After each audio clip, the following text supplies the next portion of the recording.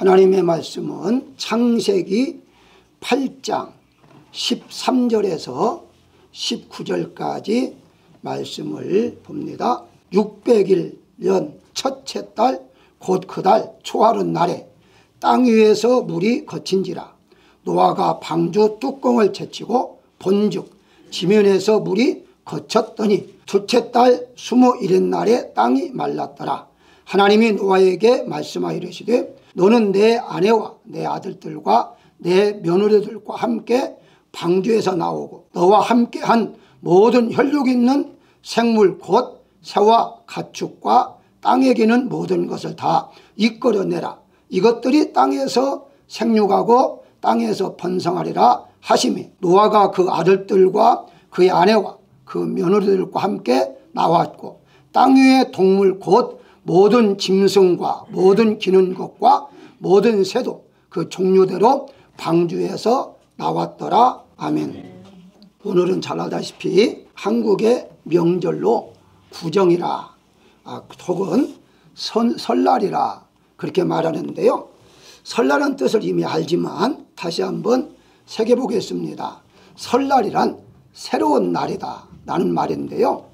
새로운 날이라는 말을 이해 못하면 우리가 흔히 낯설다라는 말이 있지 않습니까? 낯설다라는 말은 얼굴이 이제 설날하는 것인데 이 설이라는 말은 전혀 한 번도 보지 못했다 하는 뜻입니다. 그러니까 낯설다는 말은 한 번도 보지 못한 사람, 처음 보는 사람을 낯설다라고 그래요. 그러면 설날은 무엇입니까? 처음 날, 전혀 전에 보지 못한 날, 새로운 날이죠. 그래서 그것을 새로운 날이라 해서 설날이라 그렇게 말하는데요. 오늘은 정말 대단한 날인 줄을 올해는 우리가 여기야 한다는 무엇이냐? 신정에도요 첫째 날이 주일날이었습니다.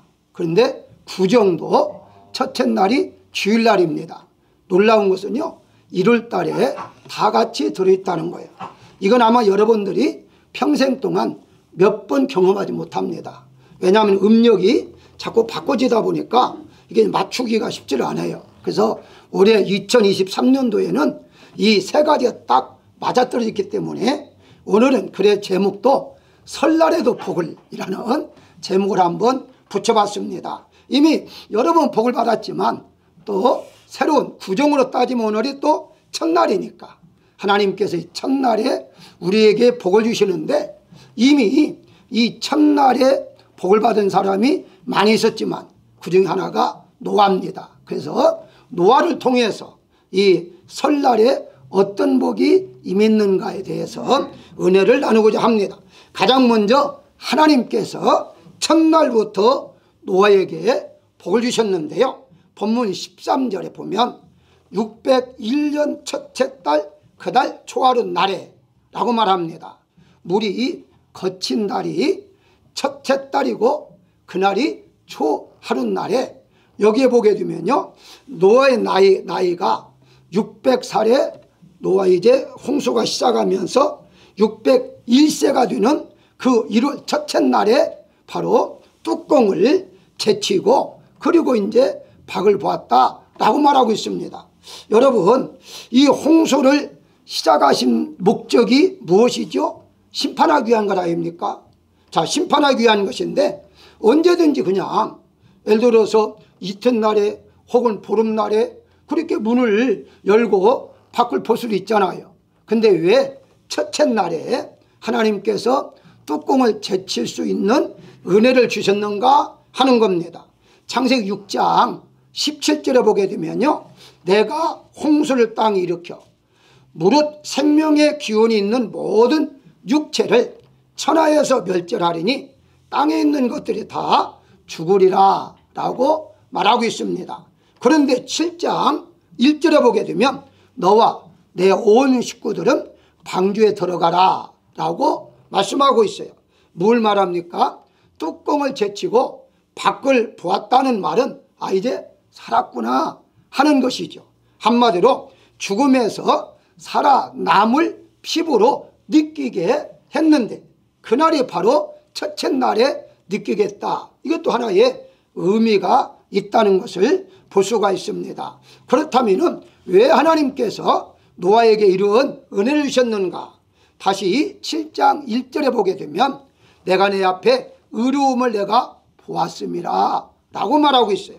자, 노아가 하나님을 믿었기 때문에, 믿음으로 의롭다함을 받았으니까 믿었기 때문에 하나님께서 죽음에서 생명으로 건져주셨다라고 보시면 되는 것입니다. 그렇다면 우리 한 해 동안도 여러분들이 구정을 기준해서 정말 하나님의 은혜를 더 듬뿍 받으면 어떻게 하느냐? 믿는 자가 되면 된다는 것이죠. 노아처럼 믿는 자, 내 의로움을 보았다. 한마디로 내 믿음을 보았다. 내가 내 믿음을 보니까 내가 올해는 너에게 더 복을 내리겠다 하는 그런 마음을 갖게 할 수가 있다는 것인데요. 그렇다면 오늘 구정 첫날을 기준으로 해서 이제 여러분들이 지난날, 지난해 이 모든 것들이 다 물러가고 정말 올해 한 해 동안 하나님께 주셔 하시는 놀라운 축복의 역사가 있기를 주의 이름으로 축원합니다. 시간은 어제나 오늘나 같다고 봐요. 그런데 여러분 감정이 달라요. 예를 들어서요, 공휴일을 우리가 접하잖아요. 그러면 쉬는 날인데 똑같아요. 시간은 어제 시간이나 오늘 시간에 똑같은데 감정이 그렇지 않아요. 느낌이 오늘은 쉬는 날 이러잖아요. 마찬가지로 이 지금 노아가 똑같은 시간 600년 동안 살았잖아요. 똑같은 시간이었는데 이날은 감정이 달랐을 거예요. 왜냐하면 죽었다가 살아났잖아요. 죽을 사람이 살아났기 때문에 그 감정은 대단했을 거예요. 자, 그런데 이 날짜가 어느 때부터 시작했습니까? 노아는요 600살이라는 날짜가 자기가 정한 게 아니에요. 원래부터 달력이 있었다는 거예요. 무슨 말이냐? 창세기 1장 14절에 보게 되면 하나님이 태양과 달과 별들을 창조하시고 난 다음에 바로 계절과 달과 해, 여기 말은 해는 연도입니다. 연도를 이루게 하라 라고 말씀하고 있어요. 그러니까 그때부터 달력이 생긴 거예요. 한마디로. 그래서 하나님께서 연, 계절, 달, 월, 일 이렇게 정해놓고 난 다음에 이제 지금 오늘이 넷째 날이다 라고 알려주고 있는 거죠. 그건 이제 모세가 성령의 충만을 받아서 기록한 것이죠. 그래서 하나님이 창조하실 때 이때부터 연도가 생기고 달이 생겼다. 그 기준에 의해서 노아가 날을 정했는데 600살까지 사는 거죠. 그러고 난 다음에 601살 때에 바로 새로운 날을 보게 된 거죠. 사랑하는 여러분들, 올해는요 여러분들의 모든 일들이 다 새로워지기를 원합니다. 똑같은 시간 같지만 하나님이 함께하는 시간, 하나님이 새로운 시간을 주셨기 때문에 이 새로운 날, 그 감정이 노아가 정말 감격스러운 그런 마음을 뚜껑을 제치고 밖을 바라보면서 얼마나 감격스럽겠습니까? 바로 하루하루가 한 해 동안 여러분들이 감격의 순간들이 되는 한 해가 되시기를 주의 이름으로 축원합니다. 두 번째 생각할 것은요, 노아에게 뚜껑을 제칠 수 있는 복을 주셨는데요. 무슨 말이니까 13절에 보면요, 노아가 방주 뚜껑을 제치고 본적이라고 되어 있습니다. 근데 뚜껑을 제친다니까 대부분 분들이 창문을 열었다, 뭐 창문을 뜯었다, 뭐 이런 식으로 생각을 해요. 그런데 방주에는요 사실은 두 개가 밖에 문이 없었습니다. 무슨 말이냐면 창문과 그리고 게이트라는, 창문은 영어로 보면 인도로 써 있어요. 그리고 이제 이 게이트는 도어로 하기도 하고 게이트 하기도 합니다만 어쨌든 두 개의 문이었어요. 그러니까 이 두 개의 문밖에 없었는데 여기에 보게 되면요 뚜껑을 제쳤다라고 말을 해요. 그 문이 아니다는 거예요. 만약에 이 뚜껑이 문이었다고 한다면요 열었다, 오픈 이렇게 말을 해야 하는데 제쳤다는 말은요 뜯어냈다는 거예요. 이게 완전히 제거했다는 거예요. 그러면 이 뚜껑을 제거할 건 뭡니까? 뚜껑이니까 지붕이죠. 한마디로 지붕을 홈을 판 거예요. 이 뚜껑을 열은 거예요. 한쪽을 열어가지고 밖을 본 거죠. 자, 그런데 왜 첫째 날 그렇게 하도록 하나님이 은혜를 주신다는 거예요. 만약에 그 마음이 하나님 주셨기 때문에 지금 밖에 어떻게 생겼지? 한번 봐야지. 뭐 창문으로 비둘기도 내보내고 다 했기 때문에 어느 정도는 알아요. 그럼에도 불구하고 뚜껑을 열 수 있는 생각을 누가 줬느냐? 하나님 줬다는 것이죠. 그래서 뚜껑을 제쳤는데요, 중요할 것이 있습니다. 이때까지가 224일에 지금 방주 안에 있었어요. 그러니까 거의 한 10개월 정도 이렇게 있었기 때문에 얼마나 답답했겠어요. 그런데도 불구하고 거기에 곧바로 내려와도 되는데 안 내려왔어요. 왜 그랬을까요? 그 이유가 성경에 나와 있어요. 그 이후에 57일, 약 2달 동안 더 머물다가 나왔는데요, 그 첫 번째가 하나님의 명령이 없었어요. 다시 말씀드리면 15절에 보게 되면 노아에게 말씀하여 이르시되 16절 가족들과 함께 방주에서 나오고 라고 말합니다. 이 말씀은요, 뚜껑을 제치고 난 다음에 약 2달 57일 이후에 말씀한 거예요. 그러니까 이 명령이 있기까지 그냥 있었던 거예요. 얼마나 새로운 이제 그 방주의 뚜껑을 제치고 보니까 얼마나 신기롭겠어요. 그러면 나올 수도 있을 텐데 안 나오고 그냥 기다렸던 거죠. 하나님의 명령에 의해서 기다린 거죠. 어쩌다 하면 그래요. 아니 명령 없었다 할지라도 그냥 어차피 지붕이 구멍을 냈다면 그냥 거기에 나와도 되지 않느냐 이렇게 말하지만 그렇게 하는 것은요 불법이에요. 왜 그럴까요? 그 이유가 성경에 나와 있어요. 그게 어디에 나와 있느냐면요, 창세기 7장 16절에 보게 되면 여호와께서 그를 들여보내고 노아 식구 다 이제 데리고 난 다음에 문을 닫으셨다라고 말하고 있어요. 그러니까 방주의 문은 사람이 닫은 게 아니에요. 밖에서 하나님이 닫은 거예요. 그러면 닫아놨다면 누가 열어줘야 해요? 하나님이 열어줘야만 돼요. 자기가 열 수가 없어요. 그러니까 만약에 열 수 없는 문을 열 수도 없지만 문을 못 열으니까 뚜껑 열린 대로 해서 나온다? 그건 그게 법이 아니죠. 불법이죠. 하나님이 나오게 한다면 문을 열어주고 나오라 할 텐데 왜 나오라는 말이 없었겠느냐는 거예요. 그래서 이렇게 기다릴 때 얼마나 답답하겠어요.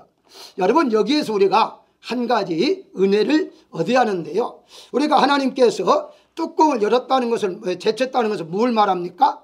밖을 보았다는 말이고, 밖을 보았다는 말은 새 소망을 줬다는 거죠. 새 소망을 주었는데 그 소망을 가지고 지금 기다리고 있었다는 거예요. 하나님의 명령, 즉 하나님이 하실 때까지 기다리는 것도 하나의 은혜라는 거예요. 근데 특별히 우리 한국 사람들은요 배달의 민족이라서 빨리빨리가, 그래서 세계적으로 가장 빠른 인터넷이 한국이라고 하잖아요. 그러니까 한국에 온 외국인들은요 다 놀라는 거예요. 엄청나게 인터넷이 빠르니까. 그리고 음식 시키면 30분 만에 와버리니까 얼마나 빠릅니까? 그렇게 빠른 그 마음들 갖고 문화를 갖고 있다 보니까 하나님께 기도할 때도요 빨리빨리를 원해요. 그런데 어느 때는 빨리 응답도 주시지만 때로는 이렇게 기다릴 줄도 아리한다는 거예요. 어느 때까지? 하나님이 해주실 때까지 내가 할 것은 하고 나는 소망을 가지고 하나님이 문을 열어주어서 밖에 나올 때까지는 기다리는 은혜도 필요하다라고 말씀을 드릴 수가 있는 것이죠. 그래서 여러분들이 작년 1년 동안 사업이 막히고 가정에 문제가 있다, 그리고 개인적으로 근심과 걱정 혹은 고민이 많이 있었다 할지라도 올해는 뚜껑을 제치는 하나님의 은혜가 있을 것입니다. 그렇다면 뚜껑을 열고 곧바로 나오지 마시고 하나님이 완전히 해결해 줄 때까지 조금 한번 기다리시는 게 좋습니다. 그러니까 하나님 하실 때까지 우리는 그냥 편안한 마음으로 기다려야지 내 방법으로 하면 그게 불법이에요. 얼마 전에 뚜껑을 어차피 밖으로 나올 수 있게 만들었으니까 나와도 되지만 그건 하나님의 이제 그 의도가 아니잖아요. 하나님의 뜻이 아니기 때문에 그냥 밖만 바라보고 소망을 가지고 하나님 명령할 때까지 기다리자라고 기다릴 수밖에 없었다는 것을 우리가 아려야 됩니다. 그래서 이런 때는 믿음이 필요해요. 의심이 계속, 사탄은요 의심을 줍니다. 야, 너 얼마나 기다려서 지금 벌써 20년 기다렸잖아, 뭐 이런 경우도 있잖아요. 그렇게 기다렸는데 아니 하나님이 네 기도 절대 들으지 않아, 이렇게 사단이 미혹한다 할지라도 꾹 참고 물리쳐야 됩니다. 예를 하나 들어볼까요? 요한복음 4장에 보게 되면요 한 왕의 신하가 아들이 병들어서 죽게 되었을 때에 예수님 찾아옵니다. 그래서 찾아와 가지고 내 아들을 고쳐달라고 했는데 이미 죽었어요. 그 기간 동안에 지금처럼 뭐 전화를 하는 시대가 아니니까 걸어오는 과정 속에서. 그런데 놀랍게도 예수님 이 말씀을 합니다. 요한복음 4장 50절에서 가라, 내 아들이 살아있다 라고 말을 해요. 그러니까 이 신하가 아멘하고요, 거기에 보게 되면 말씀을 믿고 가더니 라고 말을 해요. 전혀 의심하지 않았어요. 아니, 죽은 아들이 살았다고 하는데 어떻게 그럴 수가 있는가. 그래서 갔어요. 가다가 도중에 하인을 만납니다. 하인을 만나가지고 아들이 살아났습니다 하니까 물어봤어요. 어느 때 살아났느냐 물어보니까요, 예수님이 자기에게 말씀하실 때 그 시간에 살아난 것이 알게 되었어요. 그래서 할렐루야 한 것이죠. 뭘 말합니까? 믿을 때에, 의심하지 말고 믿을 때에 하나님은 역사한다는 거예요. 그래서 우리의 생각으로는 불가능하다, 이건 있을 수 없다라고 하는 것도 하나님은 하실 수 있는 것이기 때문에 하나님 앞 우리는 맡겨야 됩니다. 그래서 하나님이 문을 쫙 열어주실 때까지 노아가 참은 것처럼 하나님 여러분들의 모든 것들을 해결해 줄 때까지 의심하지 말고 믿고 사는 한 해가 되시기를 주의 이름으로 축원합니다. 세 번째 생각할 것은요, 노아와 함께하는 모든 생물에게도 복을 주셨다는 거예요. 다시 17절에 너와 함께한 모든 혈육 있는 생물 곧 새와 가축 등 땅에서 생육하고 번성하라 라고 말을 해요. 여기에서 주목할 단어가 있습니다. 너와 함께한 모든 혈육이에요. 혈육은 뭡니까? 가족이죠. 그리고 난 다음에 짐승들을 말하고 있어요. 한마디로 가족을 포함해서 방주에 함께 살았던 모든 생물에게도 하나님께서 복을 주신 거예요. 왜냐하면 하나님께서 복을 준 노아와 함께 견뎠잖아요. 1년 동안에 견뎠기 때문에 그들에게도 바로 하나님이 복을 주었다는 거예요. 이 말은 무슨 말입니까? 여러분들과 함께하는 자들에게 하나님께서 복을 주신다라는 약속의 말씀인 거예요. 심지어 짐승까지도 하나님께서 복을 주신다고 말씀하고 있기 때문에 우리 한 해 동안 여러분과 더불어 여러분 가족들, 여러분 알고 있는 모든 분들이 함께 복을 받을 것을 믿으시기를 주의 이름으로 축원합니다. 그래서 다시 한번 9장 1절에 보겠습니다. 노아와 그 아들들에게 복을 주시며 생육하고 번성하여 땅에 충만하라. 그리고 7절에 생육하고 번성하며 땅에 가득하라. 계속해서 하나님께서 이와 같이 노아와 자녀들에게 복을 주시는 내용을 볼 수가 있습니다. 이 내용을 하고 난 다음에 하나님이 어떤 표정을 줘요. 그게 뭐냐, 무지개였죠. 9장 13절에 내 무지개를 구름 속에 두었나니 이것이 나와 세상 사이의 언약의 증거다 라고 말하고 있어요. 다시는 내가 너를 멸절하지 않겠다라는 증거로 무지개를 주셨다 라고 말씀하고 있는데요, 이 무지개 언약은요 한 번으로 끝난 게 아니에요. 이건 영원한 거예요. 다시 말씀드리면 노아에게 무지개 언약은요 바로 영적인 면에서 우리까지도 믿음으로 영생을 주신다는 언약인데요, 그게 근거가 어디가 있느냐. 요한계시록 4장 3절에 보게 되면 보호자에 앉으신 이가 있었는데요, 그 보좌에 앉으신 이가 그 뒤에 보니까 무지개가 있더라 라고 말씀하고 있어요. 왜 무지개가 있는가? 보석, 홍보석도 다 보석과 함께 무지개가 있다는 말은 영원히 내가 생명을 내게 주겠다는 언약의 표를 우리에게 보여주고 있다는 사실이에요. 그렇다면 이 세상에 살아가는 우리 육신적인 생활도 하나님이 책임져 주지만 영원한 생명까지도 하나님이 무지개 언약을 통해서 책임져 주겠다 약속한 것을 우리는 믿어야 할 것입니다. 그런데 여기에서 노아가 참 잘했는데요, 한 가지 실수했죠. 실수한다 보니까 술 먹고 이렇게 생각하잖아요. 물론 그 실수죠. 그런데 왜 그렇게 됐는가의 원인을 제가 한번 여러분들에게 소개하고자 합니다. 먼저 이제 하나님께서 노아에게 8장 16절에 보게 되면요, 방주에서 나오랄 때 순서를 알려줬어요. 내 아내와 내 아들들과 내 며느리와 함께 나오고 라고 합니다. 순서를 알려줬어요.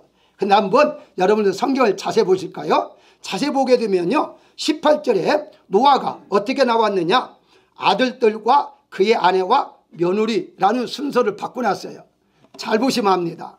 아니 이게 무슨 문제가 있느냐, 나오면 됐지. 아니 여기에서 놀라운 이렇게 은혜가 이 속에 숨어 있어요. 무슨 말이냐, 하나님께서는요 너와 아내와 동급으로 하나님께서는 은혜를 주셨는데, 이 노아가 아내보다도 아들을 먼저 앞세운 거예요. 아들들을.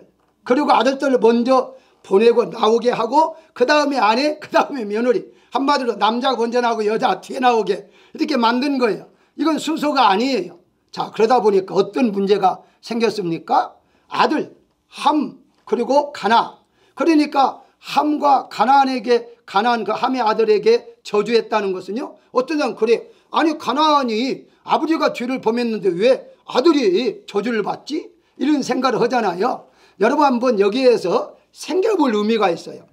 세 아들이 있는데, 그리고 다른 손자들도 있었는데 왜 굳이 함만 들어갔을까 하는 점입니다.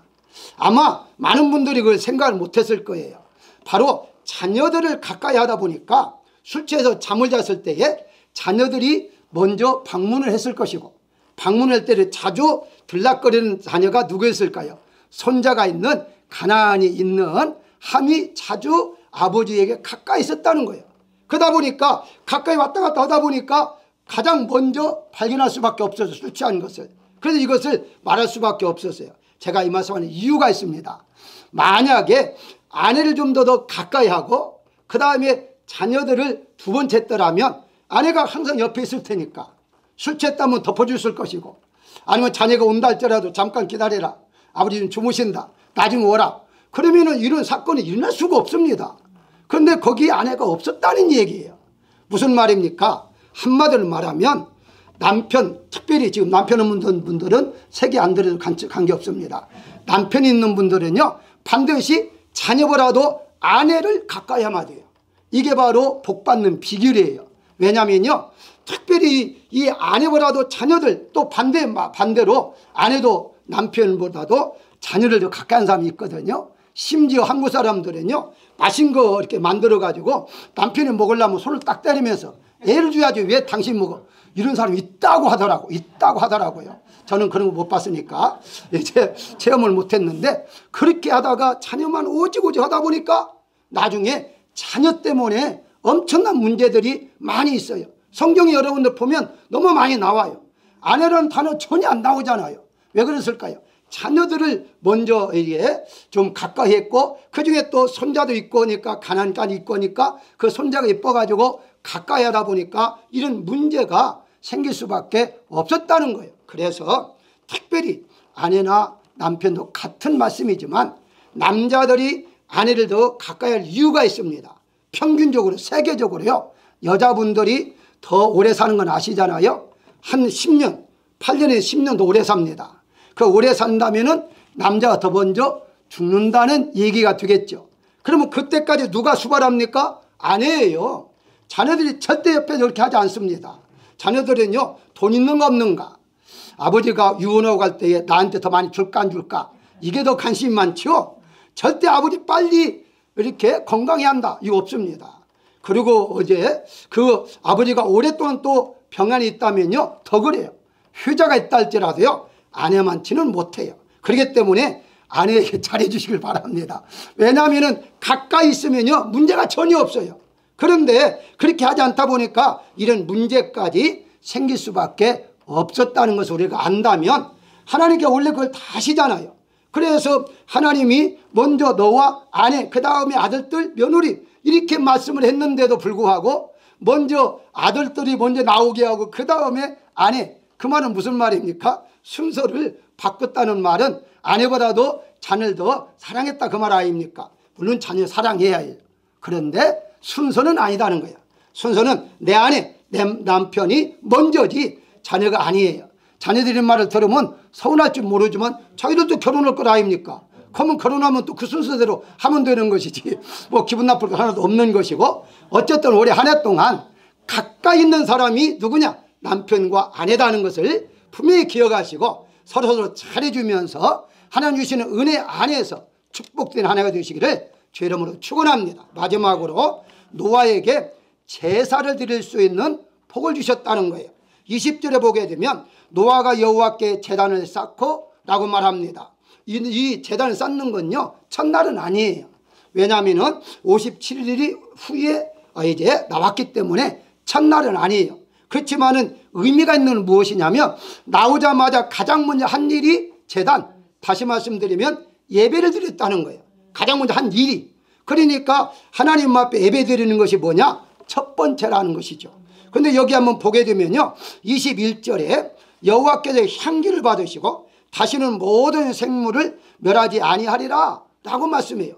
그 전에 약속한 것이 아니라 이 번제를 받으시고 난 다음에 무지개 약속을 하나님 하신 거예요.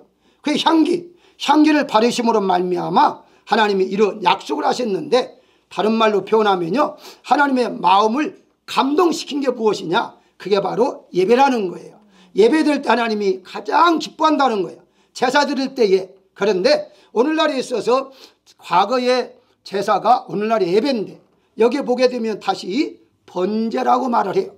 번제라는 말은 불에 태워서 짐승을 하나님 앞에 드리는 것을 번제라고 말하고 있는데요. 이 번제의 종류는요 3가지가 있습니다. 번제의 종류 무슨 말이냐? 번제는요 먼저 흠없는 숫것을 하나님께 드려요. 그리고 레위기 1장에 잘 나오는데 양이나 염소의 숫것을 드리거나 혹은 이제 새의 번제, 새를 번제로 드리죠. 그 새 중에 산비둘기나 집비둘기를 드린다라고 말을 하고 있어요. 자, 여기에서 무엇을 의미하느냐면 그것이 다 숫것이라는 새끼라는 것은 뭘 말하냐? 다시 이제 앞으로 오실 예수님, 지금은 오셨지만 그때 당시에는 앞으로 오실 예수님, 어린 양으로 새끼로 오실 예수님, 숫것으로 오실 예수님, 그 예수님을 생각하면서 하나님 앞에 예배를 드렸다는 거예요. 오늘날 말하자면 쉽게 설명하면 예배의 중심은 예수님의 중심이라는 거예요. 예수님 중심이 아닌 나를 위한 예배는 하나님 받으시지 않아요.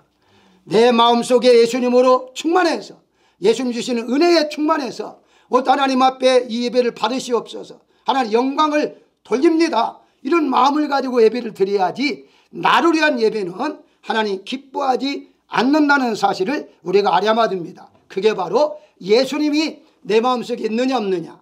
다시 말씀드리면 예수님 없는 예배는 아무것도 아니에요. 그중에 한 가지만 말씀드리면 이단들은 예수가 없잖아요. 아니 그래도 예수 믿는데요. 가짜 예수잖아요.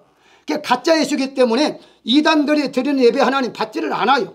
왜? 가짜 예수로 하나님께 드리니까. 그렇기 때문에 진짜 예수님, 나의 죄를 위해서 십자가에 돌아가신 그 예수님이 내 마음속에 계시고 그 중심으로 하나님 예배 드리는 그 예배가 바로 하나님 앞에 향기로운 그런 예배라고 오늘 본문에 말씀하고 있는 것입니다. 그래서 바울은 디모데후서 4장 6절은 말을 해요.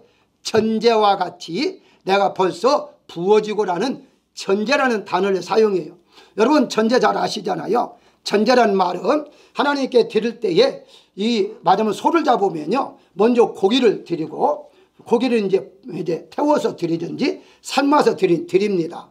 그런데 거기에다가 기름을 부어요. 그리고 마지막에 전제라는 포도주를 붓습니다. 그런데 이 3가지를 드리는데 순서가 고기 위에 포도주를 붓고 그 다음에 기름을 부어요. 원래는 기름도 부어하는데 이 포도주를 먼저 붓습니다. 반드시 포도주가 들어가게 되어 있어요. 그래서 예수님이 십자가 돌아가실 때에도 신포도주를 마신 것도 하나의 의미로 우리가 받아들일 수가 있는데요. 어쨌든 바울은 어떻게 말하느냐? 내가 포도주처럼 되겠다는 거예요. 전제, 마지막 부는 포도주.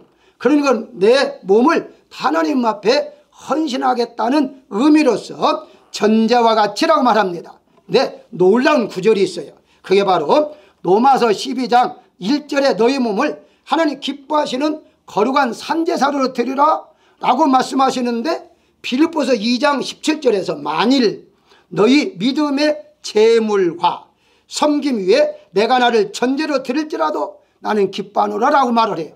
쉽게 설명하면 바로 하나님 앞에 우리가 드리는 제물이 무엇이냐? 믿음이라는 거예요.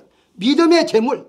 믿음 없이 예배 드리는 거 아무 의미가 없습니다. 오늘 두 가지 꼭 기억하세요. 내 마음에 예수님으로 내 예수님을 믿는 믿음, 예수님과 믿음, 이걸 가지고 드리는 그 예배를 하나님 가장 기뻐하시는 예배다, 이렇게 보시면 되는 것입니다. 아마 그런 분은 없겠지만 설교를 들을 때에도 맞습니다, 아멘, 이렇게 받아들이. 그건 거짓말이야, 거짓말이야, 거짓말이야. 의심만 가지고 믿지 아니하면 그거 어떻게 하나님 받으시겠어요? 그 예배가 안 되죠. 그러니까 그냥 이해가 안 돼도, 내가 지식으로 이해가 안 돼도 맞습니다, 믿습니다, 그렇게 해야만 안 돼요. 그래서 우리는 그냥 이해할 것만 다 아멘할 필요가 없어요. 이해 안 돼도 그냥 아멘하면 나중에 이해가 돼요. 여러분들이요, 음식 먹을 때에 맛있는 음식도 먹어야지만 맛이 없는 음식도 먹어두면 영양이 돼요. 맛이 없다가 안 먹으면 결국은 뭐 손해나는 거죠. 병든 거예요. 그러니까 맛있어도 먹고 맛이 없어도 먹고 그냥 먹다 보면 건강을 얻는 것처럼 하나님 말씀은 무조건 나에게 다 영의 양식이고 생명이기 때문에 아멘하고 우리가 받아들여야 하는데, 그게 바로 예수님과 더불어 믿음이 있어야만이 진정한 예배가 된다라고 볼 수가 있는 것입니다. 결론적으로 말씀을 드리면 뚜껑을 뜯어내는 것은요, 내가 하는 거예요. 내가 했어요. 뚜껑을 뜯는 것, 이것은 무엇을 의미하느냐, 그 통로를 통해서 밖을 본다는 말은 바로 소망을 가진다는 말과 같습니다. 아, 세상 이렇게 됐구나, 나는 이제 살았구나, 소망이 넘치는, 뚜껑을 제치고 난 다음에 바라보는 소망. 그런데 거기까지는 내가 하는 거예요. 소망은 내가 가져야만 돼요.